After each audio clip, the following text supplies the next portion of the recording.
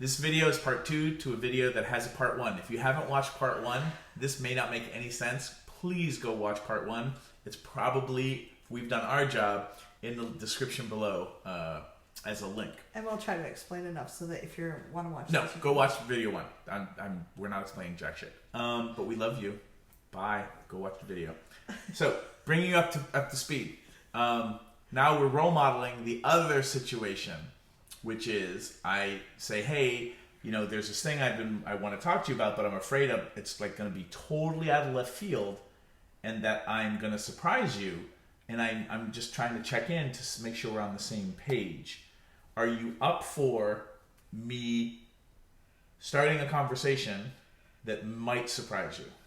And just so you know, it's about a chance transitioning from having a connection to someone. Watch the first video. Don't listen to Cathy right now. She's cheating. If you want to transition from having a connection to initiating sex. Why are you doing like that? Watch the first video. Okay. Everything I said, go. Sure. Okay, great. Have you ever, I'm curious if you've ever been attracted to me physically. Like maybe there's something erotic or sensual that could happen between us. Yeah, so now we're modeling the positive. Yeah, I guess. Yeah, sort of. I'm kind of embarrassed, but yeah. Okay. Well, so yay for embarrassment. I'm not trying to embarrass you, but I'm curious if we wanted to get more physical or intimate in our friendship, what that might look like for you. Oh, that's brilliant. I like the way you said that. Yeah, we should talk about that. Do you want to talk about it now? Or on a YouTube video for everyone to watch? Yeah, no, I think that's, I like how you said that, yeah. So how would you initiate that conversation if someone's like, oh, you don't want to... No, the best part is I would always be like, how do you want to initiate it? I'm like, you start. You do it! So the first things I would say is I want to open up this topic. I want to make sure that you and I know that this doesn't mean anything has to happen. Mm-hmm. Like we're just talking about it, like we're thinking out loud together. Yeah. It's not a commitment to anything. We can call it off at any time. We can change our minds. We can backtrack. I'm just curious if we wanted to do this, what it might look like. But talking about it doesn't mean we're automatically going to do it. So I just want to give us some wiggle room on that, because some people think that when you start talking about something, you're implicitly agreeing to something. Right, and does that mean you're looking romantic or just having some fun? I don't know yet. Oh, okay. Yeah, we should definitely talk about that. Okay, and what would talking about that look like for you? Like, what would be an ideal situation or way to proceed? Maybe snuggling on the couch and talking about what we each might like. Okay. All right. That feels tricky for me because I don't know that I wouldn't be able to. I would want to kiss you if we were snuggling. Oh. Well, that could lead down the rabbit hole quickly. It could. So maybe we should have this conversation sitting here. That sounds great. In front of the camera. That's great. So we have a record of it. And again, it's going to feel completely clunky. Yeah. No, I like role modeling stuff because I think we see TV and movies where they've done 50 takes and someone else has written it and choreographed everything, and that's not how it works. No.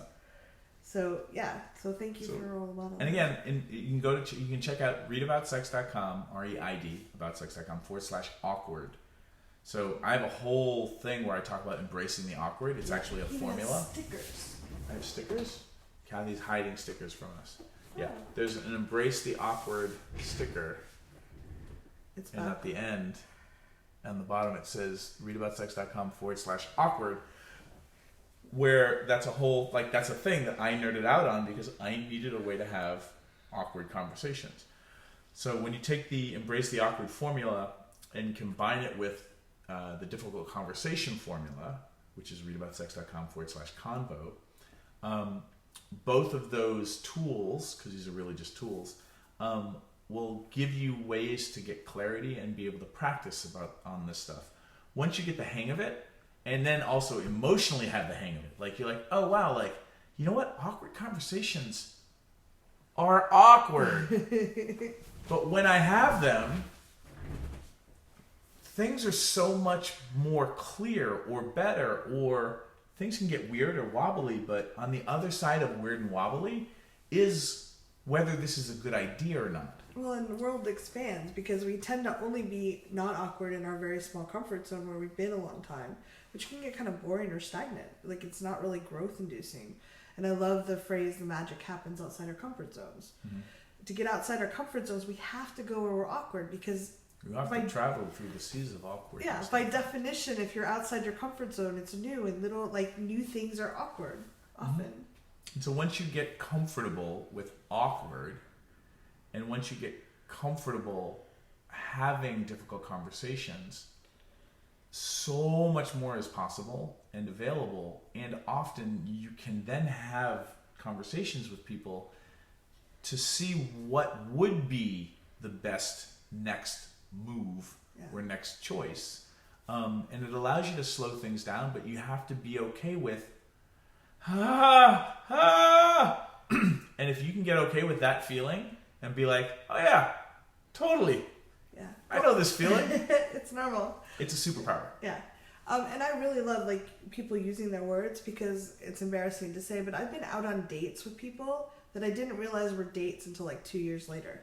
Because they didn't use their words, and I was like, oh, we're friends going to the movies, and then why did they dress up and wear cologne? And okay, they acted kind of weird that night, but we'll be fine. Mm-hmm. And then 2 years later, I'm like, that was a date. So I mean, none of the reciprocating like signals that might have initiated something else. They never said, hey, I'm attracted to you. Because people don't always get things. Maybe I'm slower than some about that, but using your words is really powerful. And for some people, even when it's awkward, you using your words, being awkward with them, and staying to the other side of it, like not just bailing, that's an experience of people being honest and showing up that most people have never had in their lives. Yeah. So if you are interested in, creating powerful experiences or relationships, be that person or start being that person, because this isn't about perfection, this is about progress. And again, leave some comments. What do you think? Yeah, we'd love to know. How is our role modeling?